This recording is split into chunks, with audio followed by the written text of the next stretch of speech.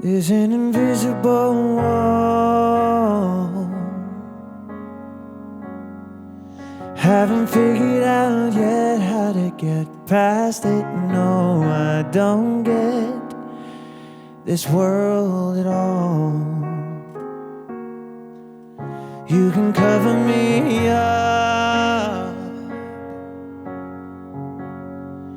but I'm still inside with nowhere to hide from the hand that tries to steal my cup. But there's another place with a friendly face, where the other guys that look like me can chase the sky and sit in a tree, not thinking about where they'd rather be. No, I've never felt the sun on my spine, just a light that shines between the lines.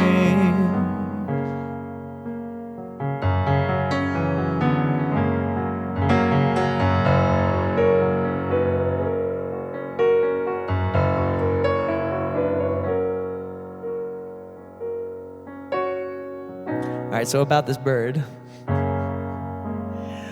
When I was 10, I wanted a dog, but we were not a dog family, so I got a bird instead. And this bird was my world, lived its life on top of my head, shoulder, made it toys out of Connects. And for 8 years was my best friend, and she was mine, I was hers. And then I grew up and I went to college, and you can't take a bird into your dorm room. So Rocky ended up spending the next 8 years under a sheet on a ping pong table in the basement. Now, she got attention every day, but she did not have the same level of attention that she had with me.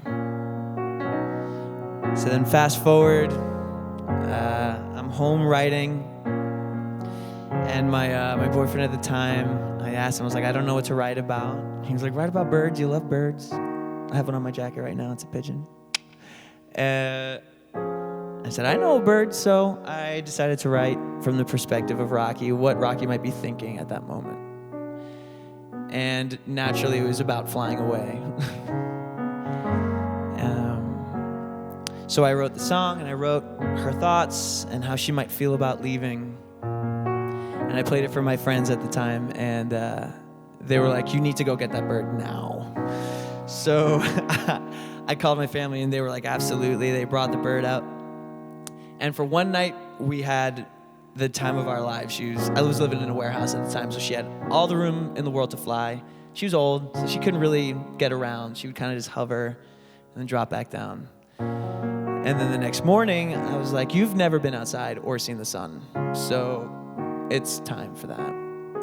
So she sat on my shoulder, and I went out with a newspaper, and I'm sitting outside reading, and some sound spooked her. She hovers up next to me, as she always does, and we look at each other, we make eye contact, and I see this look in her eye, and then she just takes off. Straight up, over the fence, through a building, cuts to the right, like she'd been flying her whole life. And I went to run after her, but I didn't have the key to get out, and I stood up against the fence and watched her fly away. I was the one in the cage this time. And it was heartbreaking. I ran all over. What do you do to find a bird? Nothing. And watching her leave and make a decision to leave what she knew and what she was comfortable with to do something scary but natural inspired me to kind of do the same thing. And that was the beginning of like this whole like lost and found thing, to go out and to not be so afraid to find whatever's out there. It's been a long, long while since my days were spent on the innocence of a perfect friend. in the eyes of a child. Now my feathers are frayed.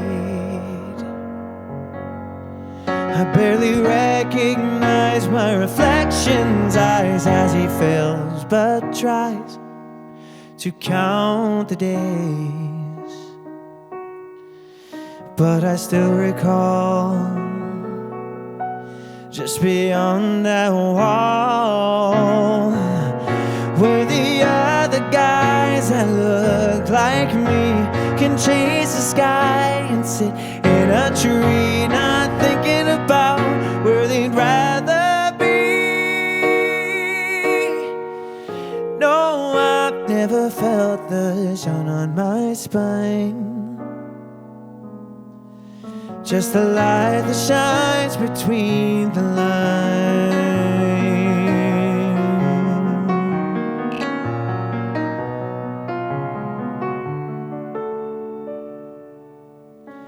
I doubt they'll even notice when I'm dead and gone.